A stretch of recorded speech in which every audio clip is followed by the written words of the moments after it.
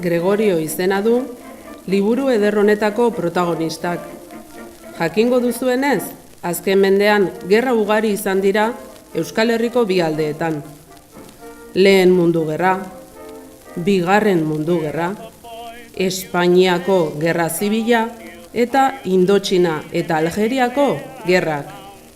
Eta denak bizitzea tokatu zitzaion Gregorio Durrutiri. Gregorio berak kontatuko digu orri hauetan barrena, bere familiaren historia. 1914 urtean, Gregorioren aitak eta bere anaia Matxinek gutun bat jaso zuten etxean. Lehen Mundu Gerra lehertu berri zen eta Frantziako iparraldera joan beharko zuten soldadu. Belgika eta Luxemburgo muga bazterrera bidali zituzten. Egun batez, negu hotz batean, tiro eta Matxina anaia lurrera bota zuten.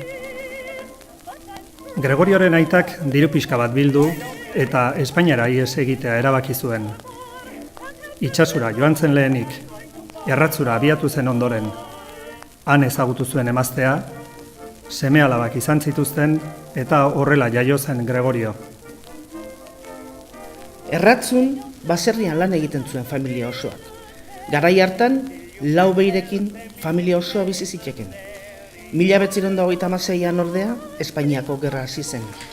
Eta ondoren, diktadura sasoia heldu.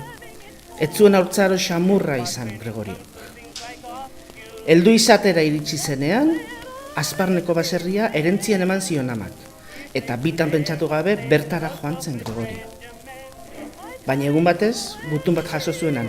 1958 urtea zen, eta Algeriara deitu zuten, soldadu. Orduan hasi ziren Gregorioren abenturak. Parakaidisten taldean jarri zuten lehenik. Praktikak Frantzian egin eta gero, Algerian paraxutak plegatzea izango zen bere lana. Horretarako, Port-Brendesen hartu zuten barku handi bat. 24 ordu pasa zituzten Mediterraneoan balantzaka. Hegazkinetan soldaduek jauzi egiten zutenean, Gregoriok atzetik jauzi egin eta lur hartutako parasut guztiak bildu behar izaten zituen. Lan arriskutsua zen. 1959 urtean, abuztuaren 24, egun seinalatua. Gregoriok bere parakaidasaren sokatik tira egin zuen, baina ez zen ireki. Philip Billeko hondartzan erori zen. Paraplegiko gelditu zen.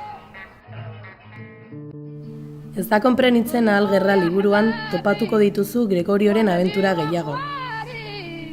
Eta, badakizu ezer, guzti-guztiak benetan gertatutakoak direla. Gure historia eta gerraren ankerkeriak ezagutzeko irakurgai paregabea. Zeren, nork uler dezake ba, gerra?